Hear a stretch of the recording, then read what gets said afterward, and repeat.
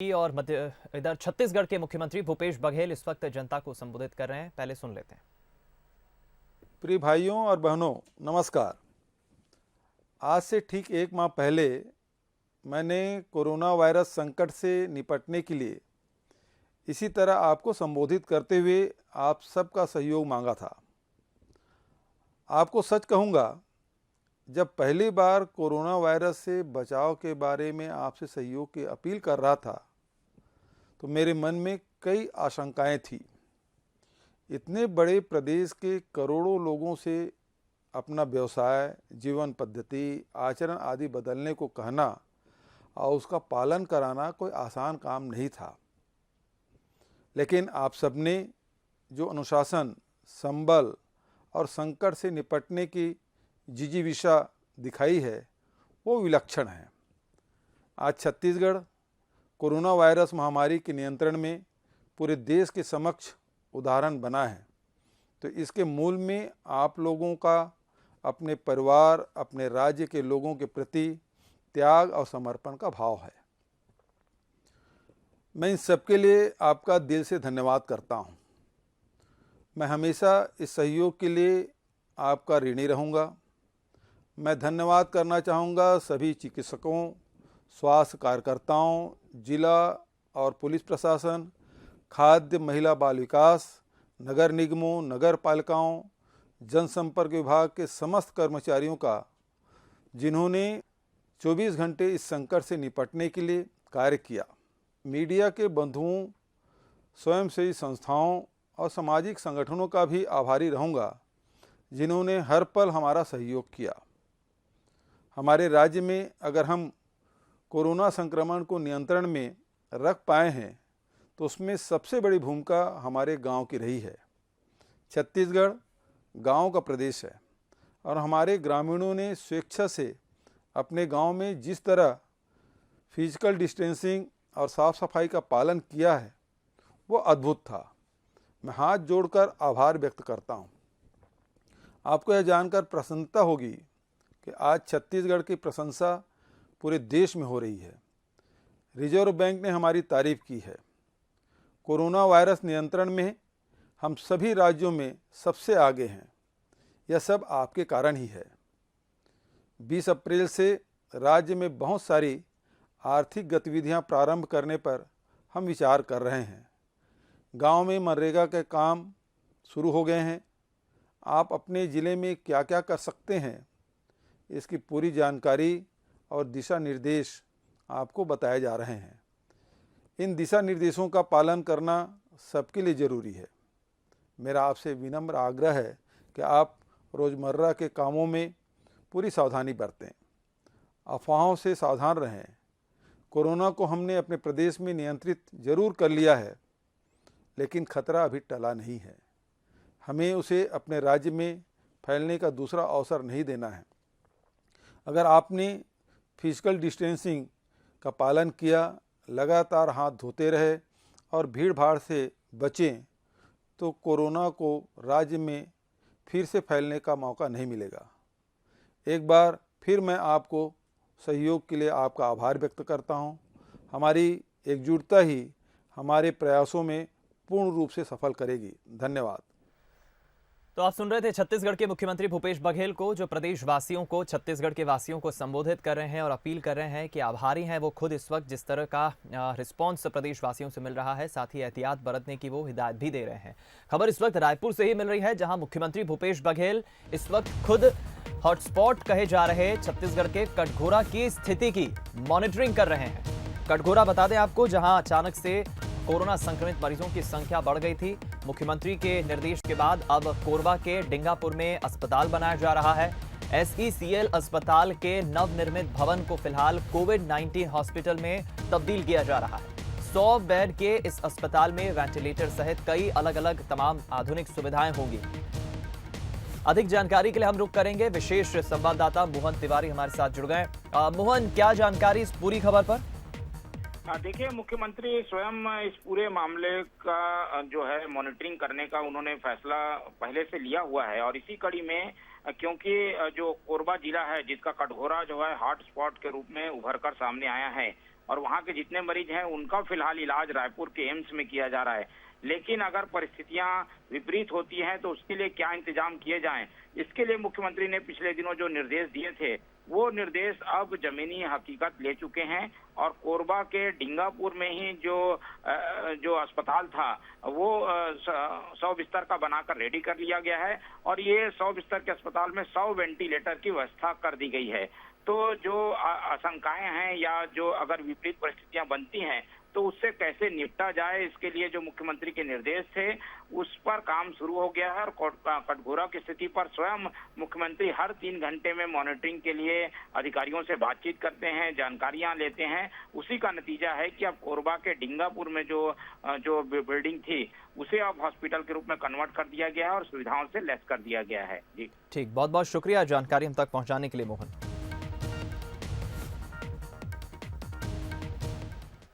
खबर भोपाल से मिल रही है, जहां कोरोना संक्रमण को लेकर मुख्यमंत्री शिवराज सिंह चौहान ने समीक्षा की है। अधिकारियों से वीडियो कॉन्फ्रेंसिंग के माध्यम से शिवराज सिंह चौहान ने चर्चा की है।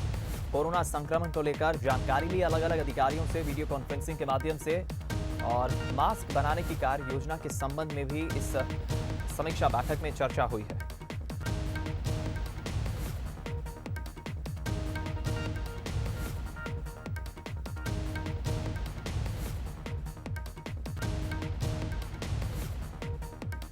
तो लगातार मुख्यमंत्री शिवराज सिंह चौहान वीडियो कॉन्फ्रेंसिंग के माध्यम से अलग अलग जिलों के शहरों के अधिकारियों से, प्रशासनिक अधिकारियों से बातचीत कर रहे हैं। किस तरह की व्यवस्थाएं वहां पर की जा रही हैं, इसका जायजा भी ले रहे हैं।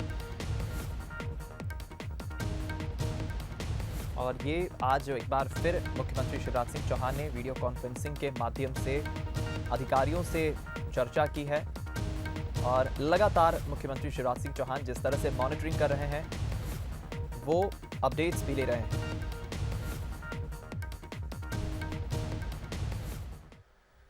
खबर भोपाल से मिल रही है, जहां प्रदेश की शिवराज सरकार ने आदेश जारी किए हैं। प्रदेश में 3 मई तक पूर्ण रूप से शराब की सभी दुकानें बंद रहेंगी। कोरोना संक्रमण के चलते मध्य प्रदेश की शिवराज सरकार ने यह फैसला लिया है।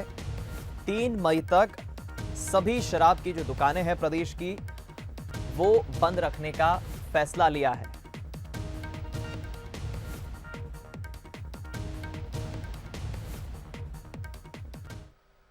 खबर इस वक्त जबलपुर से मिल रही है, जहां इंदौर से जबलपुर आया कोरोना पॉजिटिव मरीज जावेद खान फरार हो गया है।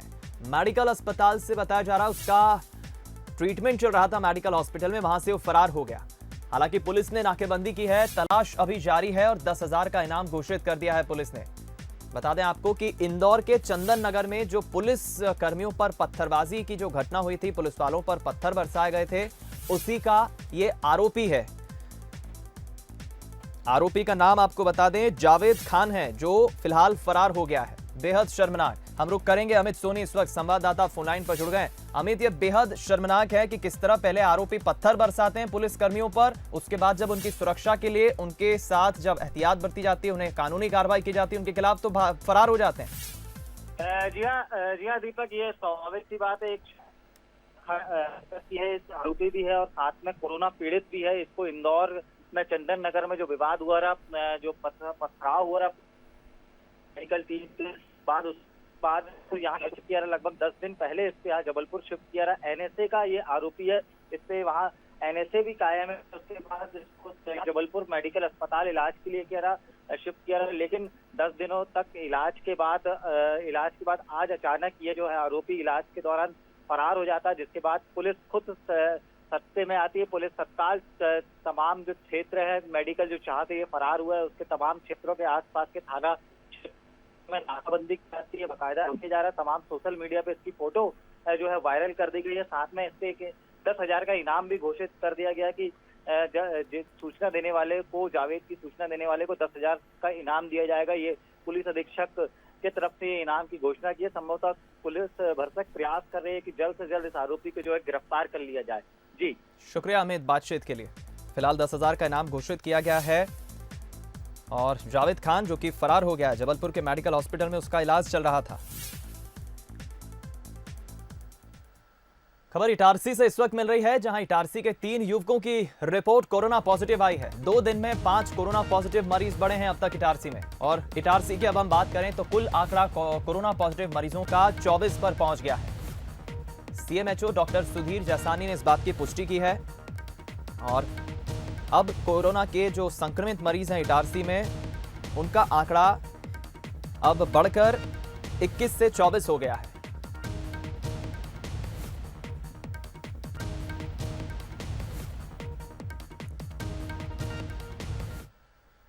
खबर कोरबा से, जहां आज 112 लोगों की कोरोना रिपोर्ट नेगेटिव आई है। ये राहत भरी खबर है। अब तक 1667 सैंपल में से 1466 की रिपोर्ट आ चुकी है। 1438 रिपोर्ट फिलहाल नेगेटिव मिली है। अब तक 17 कोरोना पॉजिटिव मरीज ठीक हो चुके हैं। कटघोरा के 11 मरीजों का इलाज बताया जा रहा है एम्स में अभी चल रहा है। और 201 सैंपल्स ऐसे हैं जिनकी रिपोर्ट आना अभी बाकी है।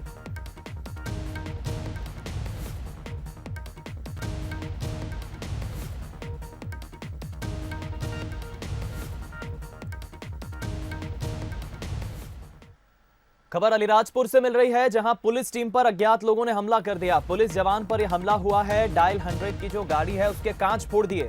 एक जवान का हाथ फ्रैक्चर हो गया है, जख्मी हो गया एक जवान। लॉकडाउन का उल्लंघन करने की सूचना पर पुलिस यहां कार्रवाई करने के लिए पहुंची थी अलीराजपुर के नानपुर थाना क्षेत्र में, लेकिन अज्ञात ये लोगों ने, बताया जा रहा है, पुलिस की टीम पर हमला कर दिया है। कौन लोग हैं ये, फिलहाल उनकी तलाश की जा रही है।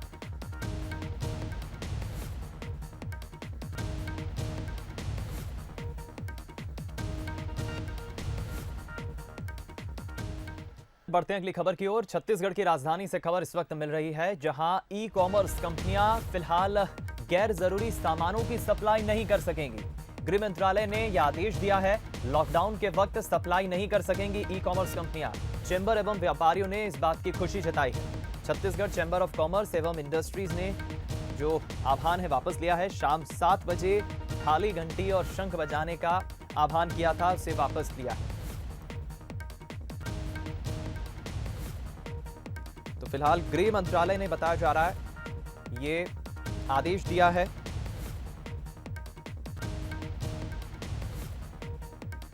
हम रुक करेंगे इस वक्त। अभिषेक शुक्ल हमारे न्यूज एडिटर इस वक्त फोन लाइन पर जुड़ गए हैं। अभिषेक, जरा बताइए किस तरह का आह्वान चैंबर ऑफ कॉमर्स ने किया था और ये गृह मंत्रालय ने क्या आदेश दिए थे? बिल्कुल, देखिए, पहले ये आदेश आया था कि ई कॉमर्स कंपनियां जो हैं वो अपना व्यापार कर पाएंगी, ऑनलाइन कोई भी सामान मंगाया जा सकता है, इस प्रकार की खबरें थी, जिसका चैंबर ऑफ कॉमर्स ने छत्तीसगढ़ में विरोध किया था, पुरजोर विरोध किया था। उनका कहना था कि जो छोटे व्यापारी हैं वो इससे मार खाएंगे, वो लॉकडाउन का पूरी तरह से पालन कर रहे हैं, लेकिन ऑनलाइन कंपनियां जो काम करेंगी वो छोटे व्यापारी भी यहाँ पर कर सकते हैं। ऐसे में ऑनलाइन व्यापार को मंजूरी ना दी जाए। ये विरोध यहाँ पर भाजपा ने किया था, चैंबर ऑफ कॉमर्स ने भी किया था, जिसके बाद आज गृह मंत्रालय ने नए आदेश जारी किए हैं, जिसके मुताबिक जो गैर जरूरी सामान होंगे उनको ऑनलाइन नहीं उनकी सप्लाई होगी। सिर्फ बहुत ही जरूरी जो सामान है ऐसे लॉकडाउन में उन सामानों की ही ऑनलाइन खरीदी बिक्री की जा सकती है, जिसका चैंबर ऑफ कॉमर्स ने स्वागत किया है। दरअसल चैंबर ऑफ कॉमर्स ने एक सांकेतिक विरोध प्रदर्शन का फैसला किया था। शाम 7 बजे थाली और घंटी बजाकर विरोध प्रदर्शन करने की बात कही थी, लेकिन जैसे ही गृह मंत्रालय का यह फैसला आया, चैंबर ऑफ कॉमर्स ने इसका स्वागत किया है और अपना जो उनका कार्यक्रम था विरोध प्रदर्शन का, उसे रद्द कर दिया है। ठीक, बहुत बहुत शुक्रिया जानकारी हम तक पहुंचाने के लिए। छत्तीसगढ़ ने अपने आप को एक बार फिर से देश में साबित किया है। कोरोना संकट के दौरान आर्थिक गतिविधि को लेकर किए गए छत्तीसगढ़ के प्रयास अब देश भर में सराहे जा रहे हैं। आरबीआई ने भी इसकी तारीफ की है। छत्तीसगढ़ का 81% इलाका कोरोना संकट से खतरे के बाहर है, जो छत्तीसगढ़ की बेहतर प्रशासनिक कार्यशैली को दर्शाता है। आज पूरी दुनिया कोरोना संकट से जूझ रही है। आर्थिक गतिविधियां ठप पड़ गई हैं। बड़ी मंदी की आशंकाएं जताई जाने लगी हैं। ऐसे मौके पर भी छत्तीसगढ़ ने आर्थिक गतिविधियों को तेजी देने वाले राज्यों में अपना नाम शुमार करवा दिया है। कोरोना को रोकने के छत्तीसगढ़ के प्रयासों को न केवल देश बल्कि पूरी दुनिया में सराहना मिली है। रिजर्व बैंक ऑफ इंडिया ने भी अपने रिपोर्ट में कहा कि देशव्यापी लॉकडाउन के बावजूद छत्तीसगढ़ में आर्थिक क्षेत्र में तेजी से वृद्धि देखी गई। ये सब कुछ संभव हो पाया है मुख्यमंत्री भूपेश बघेल की सोच से। जिन्होंने संकट के समय में भी ग्रामीण अर्थव्यवस्था और कृषि आधारित आर्थिक गतिविधियों पर खुद निगरानी बनाए रखी और अधिकारियों को दिशा निर्देश देते रहे। कृषि और बागवानी के साथ वन उपज के संबंध में सरकार ने उचित कदम उठाए। रिजर्व बैंक ऑफ इंडिया ने अपनी रिपोर्ट में पिछले 3 हफ्तों में घरेलू विकास पर कुछ आंकड़े जारी किए हैं। इस रिपोर्ट में कहा गया है कि कोरोना संकट के बावजूद छत्तीसगढ़ बुवाई गतिविधि में अग्रणी है और खाद्यान्न, बागवानी और कृषि गतिविधियों में निरंतर तेजी बनी रहने के कारण दूसरे राज्यों के मुकाबले छत्तीसगढ़ में आर्थिक विकास की दर काफी अच्छी है। In view of the tightening of financial conditions in the wake of COVID-19 pandemic, these institutions are today facing difficulties in raising resources from the market. Accordingly, it has been decided to provide special refinance facilities for a total amount of rupees 50,000 crores to NABARD, SIDBI and NHB to enable them to meet sectoral credit needs. This will comprise of rupees 25,000 crore to NABARD for refinancing regional rural banks, that is RRBs and cooperative banks and microfinancial institutions. मुख्यमंत्री भूपेश बघेल ने corona संकट काल में स्वास्थ्य सुविधाओं को बेहतर बनाने के साथ ही गरीब मजदूरों के हालात पर भी अपना ध्यान रखा और उनके खातों में सीधी सहायता राशि पहुंचाई और मनरेगा में काम जारी रखने का बड़ा फैसला भी लिया। कोरोना वायरस के टेस्ट के लिए एम्स रायपुर और जगदलपुर के अलावा अब मेडिकल कॉलेज रायपुर में भी सैंपल टेस्ट की सुविधा प्रारंभ कर दी गई है। इससे हमें ज़्यादा टेस्ट करने में मदद मिलेगी। छत्तीसगढ़ के जो श्रमिक भाई बहन उत्तर भारत, दिल्ली, महाराष्ट्र, तेलंगाना, आंध्र प्रदेश या अन्य राज्यों में हैं, उनसे भी मेरा आग्रह है कि वो वहीं रहें। वहाँ की राज्य सरकारों से हमारी चर्चा लगातार हो रही है। वो आपके भोजन और आवास का सभी प्रबंध कर रहे हैं। मैंने इसके लिए हेल्पलाइन और नोडल अधिकारी भी नियुक्त किया है। जाहिर है मुख्यमंत्री भूपेश बघेल के सशक्त नेतृत्व में छत्तीसगढ़ ने एक बड़े संकट में भी अपने आप को साबित किया है और प्रदेश का लोहा पूरी दुनिया ने माना है। Bureau report, Raipur. खबर भोपाल से, जहां भोपाल कलेक्टर तरुण पिथोड़े ने आदेश जारी किए हैं सफाई और सैनिटाइजर को लेकर। बता दें 20 अप्रैल से कई शासकीय कार्यालय कल से खुलने वाले हैं। इसको लेकर ये भोपाल कलेक्टर ने आदेश दिए हैं। तमाम जो कर्मचारी हैं वो मास्क लगाएं, सोशल डिस्टेंसिंग का पालन करें और कार्यालय खुलने से पहले सैनिटाइज हो पूरा परिसर, पूरा कार्यालय सैनिटाइज हो, सफाई हो वहां पर।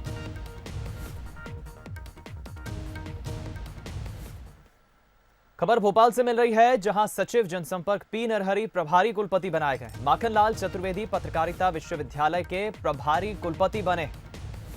राज्य सरकार ने यह आदेश जारी किए हैं। बता दें आपको, माखनलाल चतुर्वेदी पत्रकारिता विश्वविद्यालय के पूर्व कुलपति दीपक तिवारी के इस्तीफे के बाद अब ये राज्य सरकार ने आदेश जारी किए हैं और नई जिम्मेदारी संभाली है पी नरहरि को, जो प्रभारी कुलपति के तौर पर अब रहेंगे।